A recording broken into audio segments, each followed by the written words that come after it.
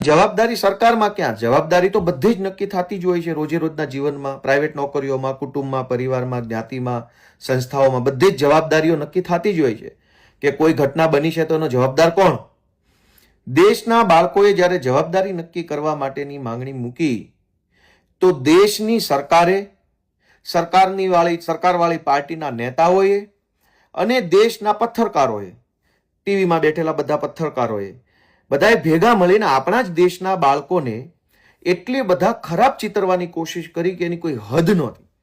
શરૂઆતમાં એમ કહેવામાં આવ્યું કે આ ચાઇનાના એજન્ટો છે, પછી એમ કીધું કે આને વિદેશથી ફંડિંગ આવે છે, પછી એમ કીધું કે આ દેશના ભાગલા પાડવા આવ્યા છે, આ દેશ વિરોધી તત્વો છે, આ લોકો સનાતન ધર્મ વિરોધી કામ કરી રહ્યા છે, આ લોકો વિદ્યાર્થીઓ માટે નહીં પણ સરકાર પાડી દેવા માટે થઈને કામ કરે છે. એટલા બધા વિકૃત પ્રકારના આરોપો દેશના યુવાનો પર કરવામાં આવ્યા. અને જેમ જેમ દેશના યુવાનો પોતાની માંગણી મજબૂત કરતા ગયા એમ એમ ટીવીમાં રહેલા પત્રકારો અને ભાજપના નેતાઓ અને દેશની સરકારે એટલી હદે ખરાબ ચિતરવાની કોશિશ કરી. પણ દેશના યુવાનો પાસે સૌથી મોટું હથિયાર કયું હતું સરકાર સામે લડવા? સૌથી મોટું હથિયાર હતું એમની વિવેક બુદ્ધિથી વિચારવાની ક્ષમતા, અંગ્રેજીમાં રેશનલ થોટ પ્રોસેસ, ગુજરાતી હજુ થોડુંક સરળ કરીએ તો તર્ક શક્તિ. દેશના યુવાનોએ સતત સરકારના એજન્ડાનો, પત્રકારોના બધા વાહિયાત આક્ષેપોનો જવાબ તર્કથી આપ્યો. તર્ક શક્તિથી મોટી શક્તિ હોય શું શકે? દેશના છેલ્લા 10 વર્ષમાં ભાજપની સરકારે લોકો તર્કબદ્ધ રીતે વિચારતા બંધ થઈ જાય એવા પ્રકારના બધા જ ષડયંત્રો કર્યા. રોજ છાપું ખોલો, ઘટના કોઈ પણ બને, પેપર લીકની, ખૂનની, બળાત્કારની, ડ્રગ્સની, વિરોધ પક્ષની, કોઈ ખેડૂતોની, કશું જ બને, બધાની અંદર ભારત પાકિસ્તાન હિન્દુ મુસલમાન, ભારત પાકિસ્તાન હિન્દુ મુસલમાન. કોઈ તર્ક જ નહીં વાતનો કે તમે જે બોલો છો એને તમે તર્કબદ્ધ રીતે સમજાવી શકશો, જો અને તો સાથે, દલીલો સાથે, આવી કોઈ વાત નહીં. પણ દેશના યુવાનોએ પત્રકારોના બધા એજન્ડાનો જવાબ તર્કથી આપ્યો. અને જ્યાં તર્ક આવે ત્યાં જૂઠ, પ્રપંચ કે ભ્રમ જાજો સમય ટકી ન શકે. કેમ કે તર્કનો જવાબ તર્કથી મળે તો જ સામેવાળા માણસને સંતોષ થાય. આપણા દેશના યુવાનોએ આ પોતાની માંગણી કેટલી હદે વ્યાજબી છે એ સાબિત કરવા માટે સતત તર્કનો ઉપયોગ કર્યો.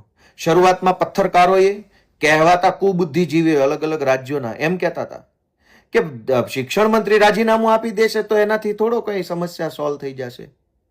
તો એ વાતનો જવાબ પણ તર્કથી આપ્યો. ત્યારબાદ સરકારે વિદ્યાર્થીઓને છેતરવા માટે એવું કીધું કે અમે ફાસ્ટ ટ્રેક કોર્ટ બનાવશું. તો વિદ્યાર્થીઓએ પાછો એનો જવાબ તર્કથી આપ્યો કે અદાલતો તો આ દેશમાં એમય પહેલાથી ઘણી બધી બનેલી છે, ફાસ્ટ ટ્રેક કોર્ટો. પણ જવાબદારી કોની એ કયો? જો જવાબદારી જ કોઈની ન હોય તો કોર્ટે શું કરી લેશે? ત્યારબાદ સરકાર નવો એજન્ડા લઈને આવી કે અમે કાયદો કડક કરીશું.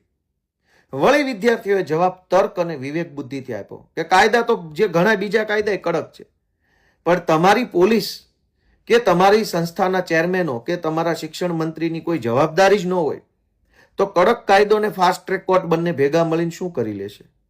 ત્યારબાદ સરકારે પાછી નવી લોલીપોપ આપી કે કેન્દ્રના શિક્ષણ સચિવનું બદલી કરી નાખી, શિક્ષણ સચિવની. વળી યુવાનોએ તર્ક અને વિવેક બુદ્ધિથી જવાબ આપ્યો કે એમ નો હાલે. મત અમે શિક્ષણ મંત્રીને, દેશની સરકારને આપ્યા છે, શિક્ષણ સચિવને નહીં. એટલે નિર્ણયો કોઈ સારા લેવાના છે તો તમે શિક્ષણ મંત્રીની વાહવા કરો છો અને પેપર લીક થાય તો શિક્ષણ સચિવ? એમ ન હોય. આ તર્કનો જવાબ સરકાર ન આપી શકી.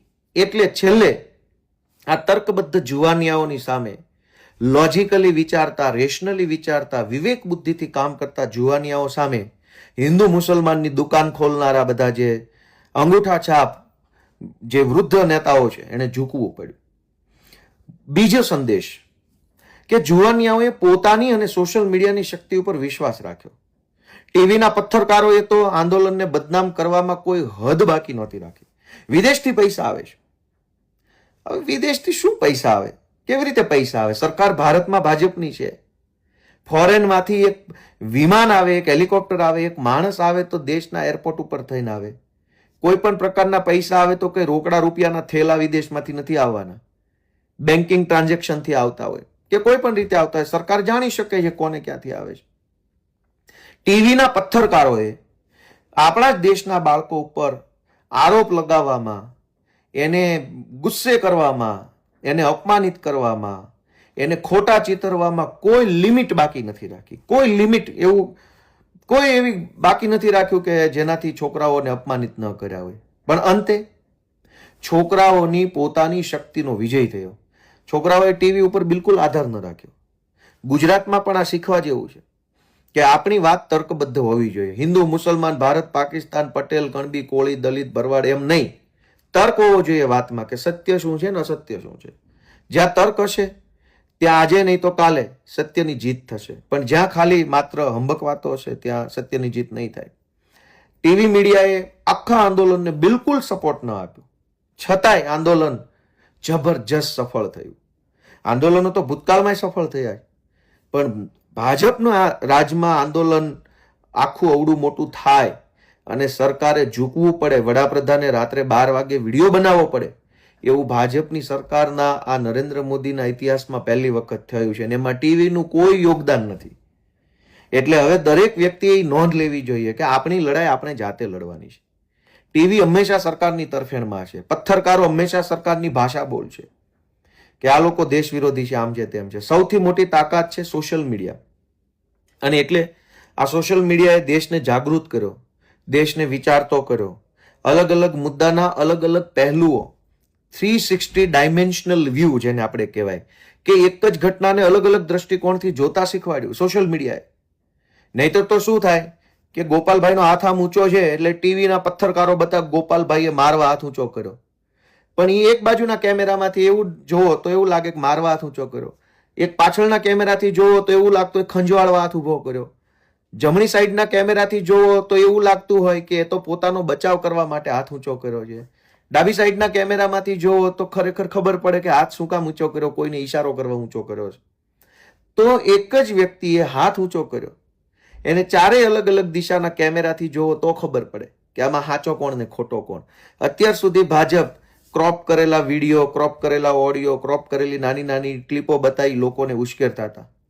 પણ આ જનરેશન ઝેડના જેનજી લોકોએ એક જ ઘટનાના ચારેય બાજુના વિડીયો દેશને બતાવ્યા કે આમાં સાચો કોણ ને ખોટો કોણ. જ્યારે છોકરાઓને લાઠીચાર્જ થયો ત્યારે એક જ ઘટનાના અલગ અલગ સાઈડના વિડીયો આવ્યા, દેશે જોયા, બધાને ખબર પડી કે સોશિયલ મીડિયાના માધ્યમથી કે આમાં પોલીસે કેટલો અત્યાચાર કર્યો, આરએફએ કેટલો અત્યાચાર કર્યો, દિલ્હી પોલીસે કેટલો માર માર્યો. ટીવી જો હોત તો ટીવી એક જ બાજુનો વિડીયો બતાવી અને દેશને એવું બતાવવાની કોશિશ કરે કે આ વિદ્યાર્થીઓ નથી, આ બધા તો હિંસક વ્યક્તિઓ છે. પણ હકીકતમાં દેશના બાળકો છે. એટલે આખા આંદોલનમાં મોરલ ઓફ ધ સ્ટોરી, આખા આંદોલનનો સાર માત્ર 3 વાતો ઉપર છે એવું મારું માનવું છે. એક કે બોલો, બોલવાથી ડરો નહીં. બોલશો જ નહીં તો કોઈ પ્રશ્નનો ક્યારેય કોઈ રસ્તો નીકળવાનો નથી. આપણા ગુજરાતમાં હજારો લોકો બોલતા પહેલા વિચારે છે 10 વખત ને ડરે છે કે હું બોલીશ તો. ભાઈ નહીં બોલે એ મરી ગયા છે, અને બોલે છે એ કંઈક પામે છે. મરી તો બધા જવાના. હું બોલીશ તો મને જેલમાં પૂરી દેશે, હું બોલીશ તો મારી ઉપર કેસ થઈ જાય. આપણા દેશના જુવાનીઓએ કીધું જે થાય કરી લો, પાછું પગલું ભરવાનું નથી. ધર્મેન્દ્ર પ્રધાનનું રાજીનામું મતલબ રાજીનામું. તો શું થયું? રાજીનામું આપવું પડ્યું. શું કામ? કે બોલ્યા. આપણા પ્રશ્નો બાબતે આપણે બોલીએ નહીં. ગુજરાતમાં ખેડૂત આંદોલન હાલે છે, અનેક લોકોને અન્યાય થાય છે, પણ બોલવું નથી. તો પહેલો આંદોલનનો સબક છે કે બોલો. બોલવામાં કોઈના બાપની શેરશરમ રાખવી નહીં. શુદ્ધ ગુજરાતી થઈને શું થઈ જશે? અત્યારે જે જીવન જીવીએ છે, જેમાં પેપર લીક છે, ચોમાસામાં પાણીઓ ભરાઈ જાય છે, ખેડૂતો દુઃખી છે, યુનિવર્સિટીઓ કોલેજોની અંદર દાદાગીરીઓ છે સરકારી તંત્રની, પ્રાઇવેટ સ્કૂલો ખંડણી ઉઘરાવતી હોય એમ ફી ઉઘરાવે છે, પોલીસ એફઆઈઆર લખતી નથી. આટલું ભયંકર જીવન આપણે જીવીએ છીએ. એનાથી વધારે ખરાબ તો હવે આપણું શું થઈ જશે જો બોલીશું તો? બોલવાથી તો સારું જ થવાનું છે. ખરાબ તો અત્યારે છે જ. રોડમાં ખાડા છે, અનેક લોકો પડીને મરી જાય છે, અનેક લોકો બીજી ત્રીજી રીતે મરી જાય છે, ગુંડાઓ બેફામ છે, જમીન પચાવે છે. જીવનમાં બધું જ ખરાબ છે. બોલવાથી ખરાબ નહીં થાય, બોલવાથી માત્ર સારું થશે. એટલે પહેલી વાત છે કે બોલો. બોલશો નહીં તો કોઈ રસ્તો નથી. બીજી વાત કે સોશિયલ મીડિયાનો ભરપૂર ઉપયોગ કરો. જ્યાં અન્યાય થતો હોય, જ્યાં ખોટું થતું હોય, ગમે એવી મોટી તોપ ખોટું કરતી હોય, દેશના જેનજીએ વડાપ્રધાનના કેટલા વિડીયો બનાવ્યા, કેટલી રીલ બનાવી, તો કઈ ફાંસીએ ચડાવી દીધા છોકરાઓને. હમણાં સુધી લોકો વડાપ્રધાનનું મીમ બનાવતા પહેલા 100 વખત વિચારતા હતા. જે બધા કહેવાતા મોટા મોટા કુબુદ્ધિજીવીઓ અને મોટા મોટા પથ્થરકારો જે છે એ તો હંમેશા વિચારતા હતા કે મોદીનું નામ ન લેવાય. જૈનજીએ કીધું કે એસી કી તેસી, ભાઈ આ કઈ થોડું કઈ વડાપ્રધાનનો એકનો દેશ છે, દેશ તો બધાનો છે. તમે ખોટા કામ કરશો તો મીમય બનશે ને ગાળોય પડશે ને બધું થશે. તો છોકરાએ કર્યું તો પરિણામ શું આવ્યું? ઝૂકવું પડ્યું. તો સોશિયલ મીડિયાનો ભરપૂર ઉપયોગ કરવો જોઈએ. ગ્રામ પંચાયત, તાલુકા પંચાયત, મામલતદાર ઓફિસ, પોલીસ સ્ટેશન, જ્યાં ખોટું થતું હોય ફટ કરતો મોબાઈલ કાઢી અને વિડીયો ઉતારી લેવો જોઈએ અને આખી દુનિયાને બતાવો કે ક્યાં શું ખોટું થાય છે.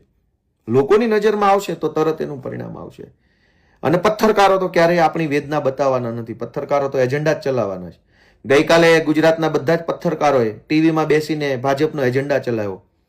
એક નકલી બનાવટી ડીપ ફેકથી બનાવેલી એઆઈ ઓડિયો ક્લિપ. અમે આને પુષ્ટિ નથી કરતા. ભાઈ તમે નથી પુષ્ટિ કરતા તો શું કામ ગામને રોડે ચડાવો છો?